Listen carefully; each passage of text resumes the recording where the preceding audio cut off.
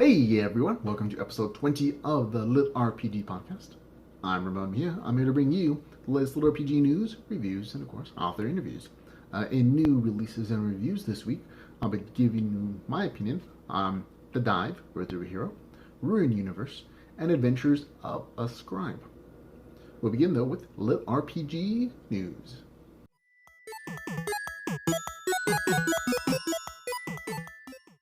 In LitRPG news, we begin with a story that Viridian Gate Online pre-order is up and ready to go. We talked about it a little bit last week, letting you know that it's going to be up. It's going to be out December the 23rd of 2016, but the pre-order is actually live now, so go pick it up. I've already kind of had a sneak peek at it. I really enjoyed it. I'll give you my full review next week, though, on that particular story. Viridian Gate Online Cataclysm by J.A. Hunter.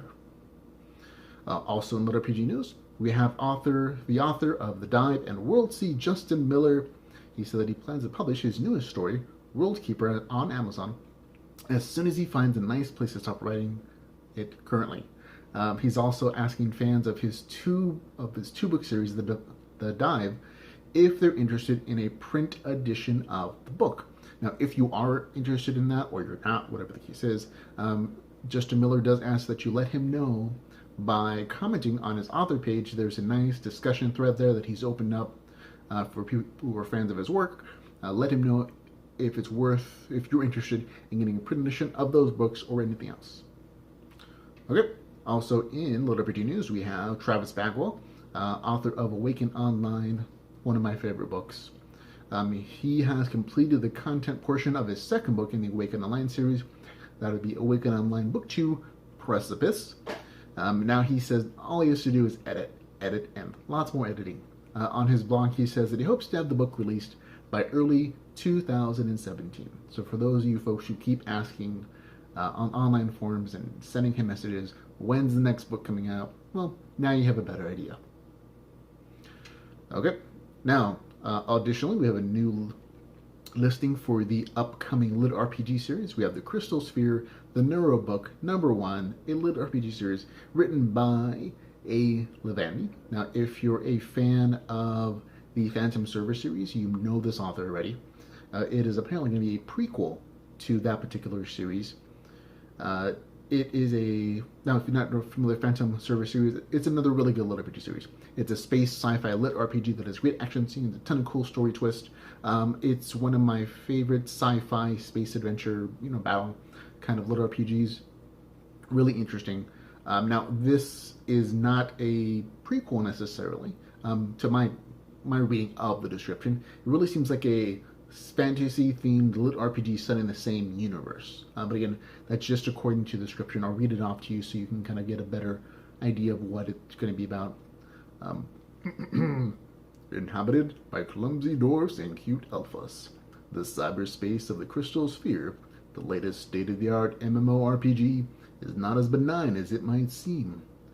Unbeknownst to most players, this is a test site for the latest technogenic device, the neuroimplant, allowing players to experience the full range of real-life sensations, including pain, exhaustion, and death. Okay. The description does say that it's a prequel to the Phantom Server. The Neuro series will shed a new light on many of the truths that the author has kept hidden from his earlier readers. New characters will join the team already familiar to that author, assisting them in their quest for survival until they discover the fatal truth. But again, it is a fantasy theme, so I like the fact that it's switching from sci-fi to fantasy. I always enjoy when authors of long-standing LitRPG series make a transition from one to the other, either fantasy to sci-fi or sci-fi to fantasy. I like those switches. It kind of gives me a new way of enjoying the author's ability to tell a story. It also gives them a new world to play in, generally. So it's fun for everybody. It is available now if you want to go check it out on Amazon, but it will not be out until March 10th, 2017. And if you can't wait till March to get your sample of this particular story, Magic Tome Books, the fine folks who are translating this book into English, they've put on their site the first couple chapters of the book just to tease you folks. It is the Crystal Sphere. We're going to link in our show notes for the Magic Dome link They get to the first couple chapters, or we can go to their website, magicdomebooks.blogspot.ru, and you can try to find it yourself, but I'd encourage you to check in the show notes for the actual link, or in the show notes for the pre-order link. So there you go. Looking forward to this one as well. Now our last little bit of LitRPG news is straight for me. Adventures on Terra breaks into the top 100 paid on Amazon. This was amazing news for me. This past week I published that book of mine, Adventures on Terra, and this last weekend it broke into the top 100 best-selling books on all of Amazon. Now the other authors that I know have told me this is a really, really super big deal. It's not just a top in 100 in a particular category. It's all of Amazon apparently. Now, although we've dropped out of that particular top 100, it was kind of cool to be there while we were there. And I got to say thank you to everyone who bought the book, is reading on Kindle Unlimited, or was nice enough to leave a review of the book and their opinion on it. All those things have really helped to make this a successful first novel from me, your host of the LitRPG Podcast. And without you folks, I could not have had as such success. So I just want to give you a heartfelt thank you very much. Oh, and the print edition of the book is out if that's something you want. It's kind of expensive, about $60, and I think I get like $1 from it. But I put it up for, I know some people totally love physical copies of things. So it's there if you want to go purchase it. I'll leave that decision up to you. But I did put it up there for you guys. Also, of course, full disclosure, this book was written by me. Okay, also we're going to read off the upcoming LitRPG list. Now, just a quick heads up, I'm going to change how I do this from now on. The list is kind of getting long, and some pre-orders are out like 4 or 5 months apparently in advance. So I'm really only going to start reading just what's coming out this month and next month. Anything that comes up for pre-order, of course, I'll let you know about it in the LitRPG news section. But all the other upcoming LitRPG, I'm just not going to read on the podcast. It'll still be in the show notes. It'll still be in the recommendation list, so you can still get like a nice feel of what's coming up even 3, 4, 5 months in advance. I just won't read on the podcast until we get a little bit closer to those actual dates. Okay, now in line with that, we have The Way of the Outcast, Mirror World Book 3, coming out December the 19th, just next week, folks. Actually, in 4 days, not even next week. Looking forward to that one. Viridian Gate Online, Cataclysm. Like I said, it's out December the 23rd. Desperate Times, a 49ers LitRPG novel, out December the 25th, just in time for your Christmas reading list. We also have Video Game Plotline Tester, The Dark Herbalist Book 1, January the 3rd, 2017. And Your In-Game LitRPG Stories from Best-Selling Authors. That's that short story LitRPG collection from Russian authors set in their particular worlds. It's going to be, though, a short story collection translated from Russian. So we'll read that one when it comes out. Okay, on to new releases and reviews.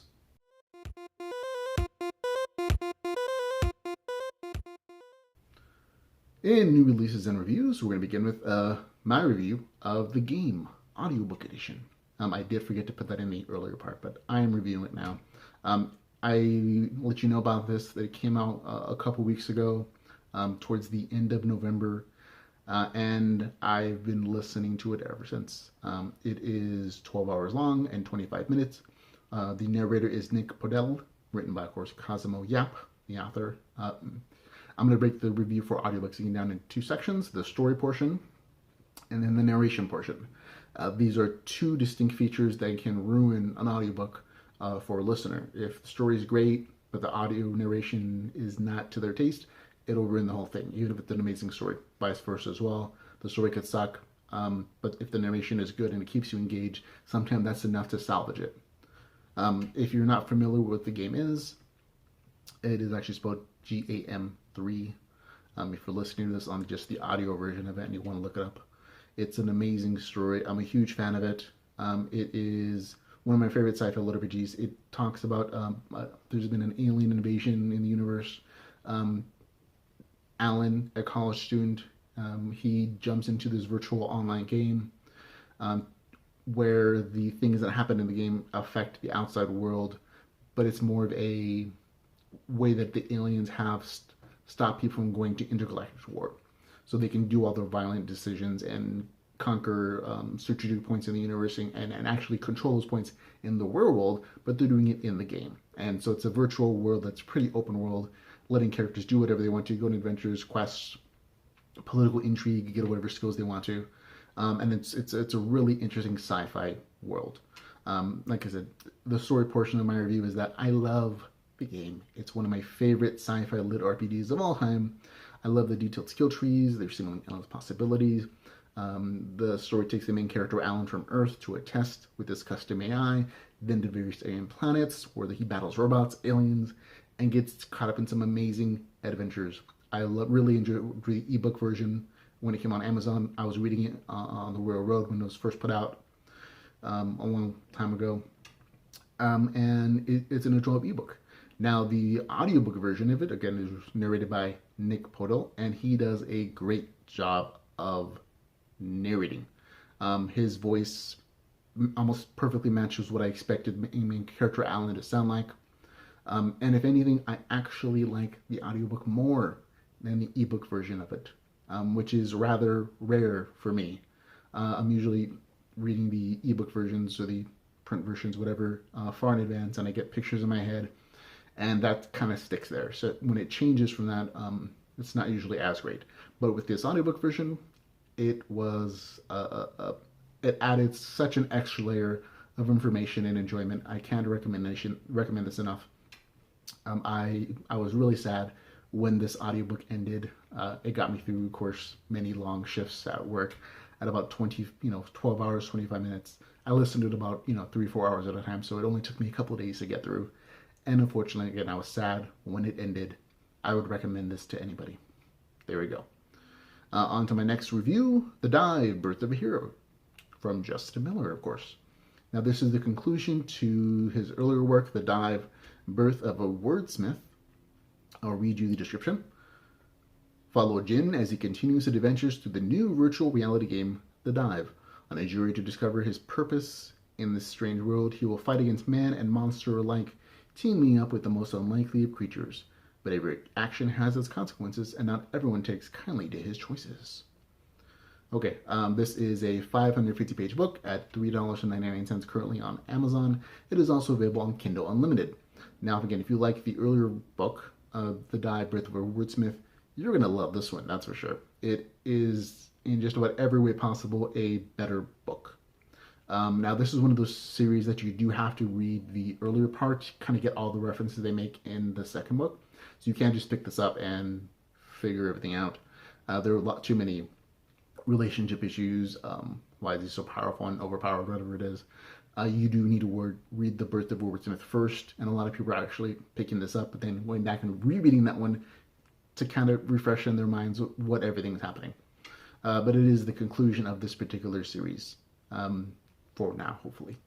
Now, at the end of the last story, the entire party got wiped, and we were left on a real big cliffhanger. That's absolutely resolved in the first few pages of this book, and it's done pretty well, in my opinion. Now, not only is that resolved, but there's some interesting character developments that happen within the story as Jin continues his adventures, becoming more overpowered as the conflict between angels and demons intensifies. Now, the series does have an ending. It's a super epic battle. To me, it was a satisfying conclusion, but at the very end, the author still leaves plenty of room for another series set in the exact same world, which I love. Like, there's a total setup for, like, oh, these new characters enter the dive, and they go on their own adventures, or whatever happened. So there's plenty of room for the author to expand into the series, maybe with a different main character, maybe with the same main character. We never know what happens with the series. There's so much creative writing happening here. But The Dive, Birth of a Hero is definitely recommend, but I would recommend, of course, you reading the first book first before looking at this one. There we go. On to our next review, Ruin Universe, a virtual reality novel, the Ruin LitRPG series, book 1, written by Hugo Huesca. Okay, this one is a slightly different kind of review. It is 502 pages, $2.99 US dollar. It is also available on Kindle Unlimited. Now, I like this book. I want to say that up front. This was very well written. I couldn't see any errors in my reading of it. No grammar, spelling, whatever. None of it that I caught personally. I loved parts of it. Other parts of it I found a little frustrating. Overall, though, it is an amazing. I should say it is amazing cyberpunk story, and that's a big part of it. As a lit RPG story, it left a lot to be desired, in my opinion. But again, it's a really good story. It's just not in a lit RPG way. It is still lit RPG technically, but I'm gonna get to it in a minute. Now, as I'm reading the story, I try to do my best to take as good notes as possible. Now, you have to know that as you're reading this book, you don't get to any kind of game world until about 20% into it. That's 1/5 of the book. And that's a big red flag, in my opinion, that this may not be entirely lit RPG. Eventually, you do get into the game world, and you get a few clues that there are game mechanics shown, and the character does technically progress according to those game mechanics, obviously. And those are the two qualifiers to make it a lit RPG, in my opinion. Those two things. In a game world with obviously stated mechanics, character progresses according to the game rules in an obvious way, not hidden away, background stuff. So technically, those things were hit, and this is a lit RPG. Again, 20% of the novel, the first 20% is backstory for the main character, why he's decided to enter this online VR game. He's from a bad neighborhood, he's had criminal dealings, he loves his mom and his sister, and will do anything to support them. This was a really good story. I'll even just had the author just taken that 20% and made it a short story, I would still love it a lot. It's really well done, but it's very cyberpunk. It's not lit RPG at all in that first 20% whatsoever. From there, he finds that his friend was murdered. He has to fill his last request, which is just find out why he was killed. Cole, the main character, has to log into the game, Ruin Universe, to do so. And again, it's a well-told backstory, but that's how you're going to spend the first 1/5 of this entire thing. So the first 100-ish pages of it. Now, as I got into about the 45, almost 50% point of this novel, I'd only seen the main character within that game world gain 3 skills. Hand-to-hand combat, shooting, and piloting. And while there is a little bit of crafting within the story, it's really not done in a very RPG-ish way. They go on quest to quest to get the materials, but everything puts together, and they continue on from there in trying to figure out what the big secret is behind this game. And I'm not going to spoil it for anybody who wants to read it. But as I'm reading through this thing, I kind of get the feeling that lit RPG elements were inserted into a cyberpunk story just enough to make it lit RPG. So it is lit RPG technically, but in the spirit of lit RPG, I don't almost feel like it qualifies. I'm not going to say it's not lit RPG. It's going to go on my recommendation list because I liked it and it is lit RPG.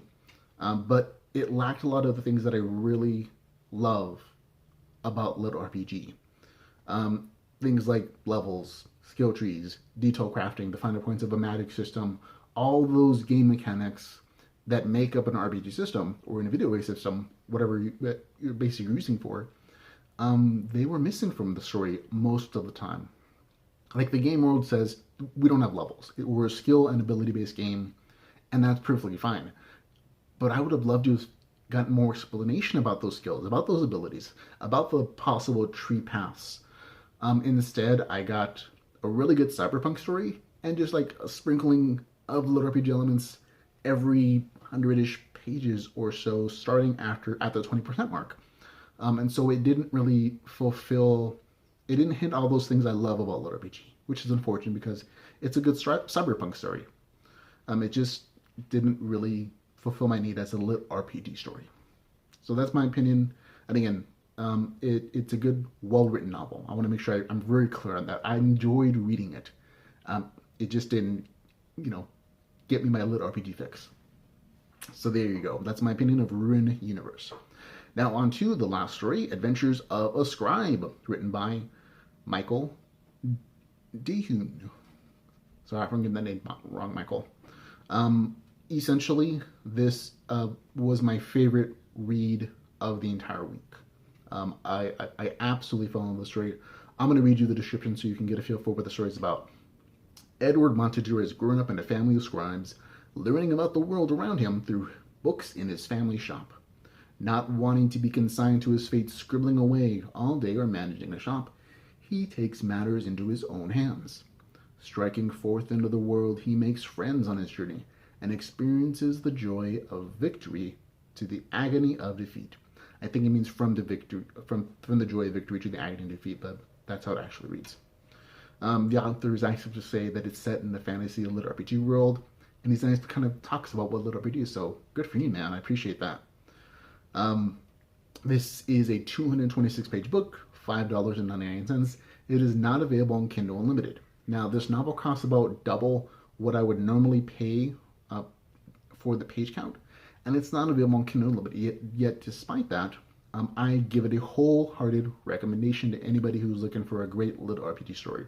I'm really glad that I purchased it.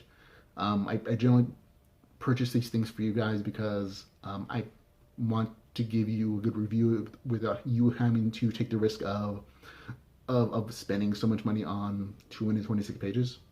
Necessarily, when it's on Kindle Unlimited, it makes it a lot easier for me to review it, for everybody else to take a chance on it. But I understand that some authors want to put it in different places or don't want to take it off the web, so they don't like the Kindle Unlimited program. This novel really had me hooked from page one, and I mean that literally. From page one, this was interesting, even though it was just the author's introduction of some disclaimers in his story. It mixes LitRPG with a more culturally accurate medieval society. I'd even go as far as to describe it as a historical fiction LitRPG, and I loved it. Really, I did.